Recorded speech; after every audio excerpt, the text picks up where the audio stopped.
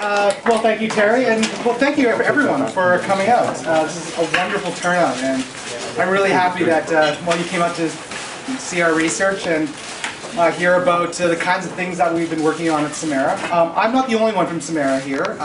In fact, one of the co-authors of the report, Jane Hilderman, is over here by the bar.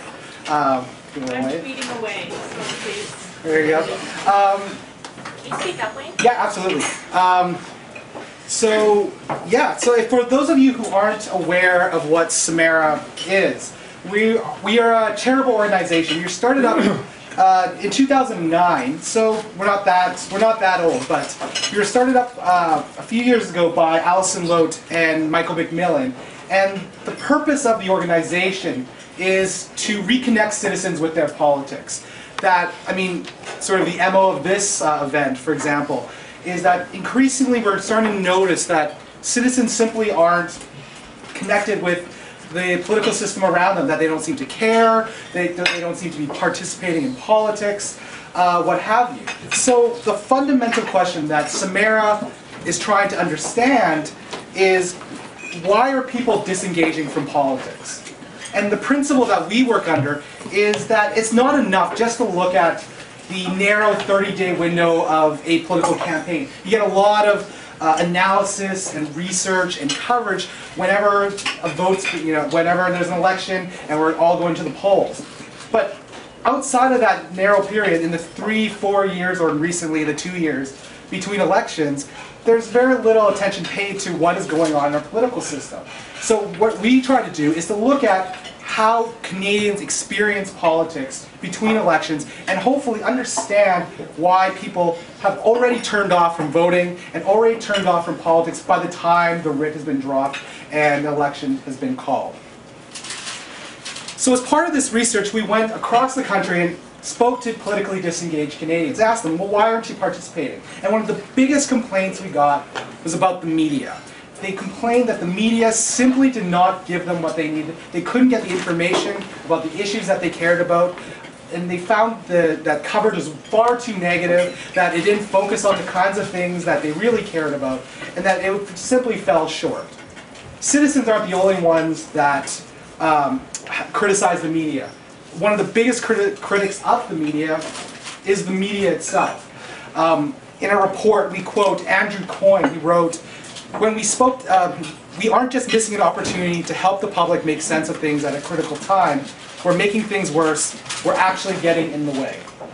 So what I want to talk about today is a report we did last fall that looked at two of the biggest political stories in Canada: the return of the federal parliament, as well as the Occupy protests that were happening around the world, but also in Canada. And what we wanted to see was how well the media was covering those two things. And so we looked at television coverage from across the country, looked at newspaper coverage from across the country, and evaluated the coverage based on a variety of different metrics. I'm not going to go through all the details, but what we did find were some things that could be improved upon by journalists in the country. The first complaint that we often hear is that political coverage is always about the horse race. You always see this in election coverage, that it's about the horse race, who's up, who's down, who's winning, who's losing, and it's never about the issues. Well, the good news for the media, in this case, is that they actually spend a good amount of time talking about issues, covering issues. About 50% of the coverage, in fact, were about issues rather than the horse race or process stories. So that's the good news. The bad news, however, is those issue stories themselves weren't of very high quality necessarily.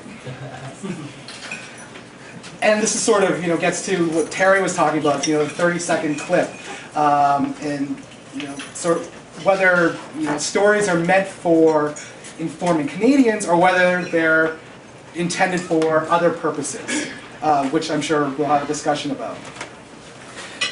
One of the biggest and notable things that we found when we looked at media coverage of politics was the differences in the tone of coverage. Politics is about in many cases, conflict. It's about one side versus another. It's often about the government versus the opposition. It's about this position or that position. And so people often complain that when you look at coverage, it's always about this conflict, rather than, again, about the actual issues. What we found when we looked at the coverage is that the tone of coverage when it came to government was actually quite positive. That television, throughout the 3 months that we were looking at the media, tended to be very positive when talking about the federal government's legislative agenda. In contrast, we actually found that television was quite negative when it came to the Occupy protests, especially when the protest camps started getting evicted and you started getting all these negative stories about parks being dirty, people getting hurt, people dying in some cases. So the question here for us, and I think the interesting question from a democratic standpoint, is why do we have this difference? Why does the media tend to cover a certain type of politics one way? Why does television cover different types of politics in a different way?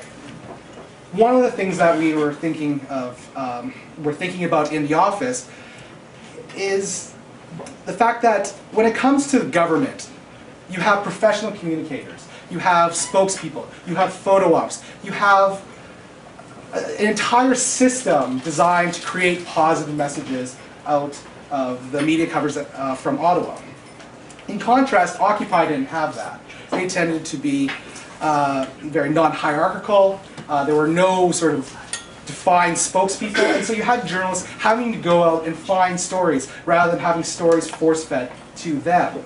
And so it really raises a question about the kind of picture of politics that is being painted and what this means for political engagement when things like social activism and protest and the like tend to be conveyed negatively, as opposed to sort of traditional party politics, which tends to be conveyed positively. And we can talk about that a little later. But I think the most problematic thing that we found in our sort of deep dive into media coverage last fall was the amount of information conveyed in television and newspapers. Terry was talking about people don't really seem to know what's going on. You go online or you go on TV, you watch TV, and you see a 30-second news bite, but you don't really get much. And that notion is backed up by our data. When we looked at how much background, context, analysis, sort of the hallmarks of investigative, in-depth reporting, how much of that was in the coverage, very little actually. Less than a third of the coverage was very informative. In fact, almost 40% was what we deemed not informative. That tend to be stories that regurgitated press releases, simply summarized what was happening without fact-checking, without any kind of legwork to show for it. So when we think about these findings, and we think about where we go from here, I think the point I want to convey, the main point I want to convey, is this. We often blame citizens for not participating in politics. And we often blame citizens for not knowing enough, as if it was their fault. When we did a survey, 63% of Canadians could get 2 out of 3 current events questions right, which meant that almost 40% of Canadians couldn't.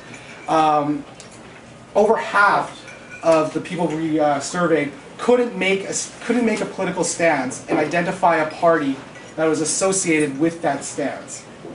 There's a real problem in Canada right now with the amount of knowledge about politics that people hold and the capacity for people to really participate in politics. But it's not necessarily citizens' fault. When you look at how politics is covered in the media, I think you can make an argument that the media has at least some of the blame here.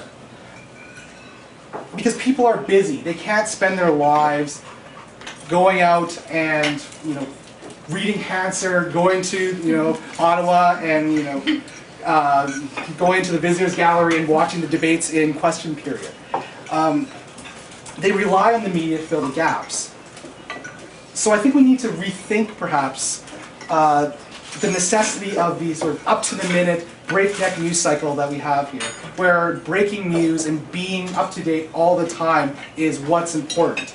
Maybe it's more important to provide background, to provide context, provide analysis, to help people understand the political world that they live in.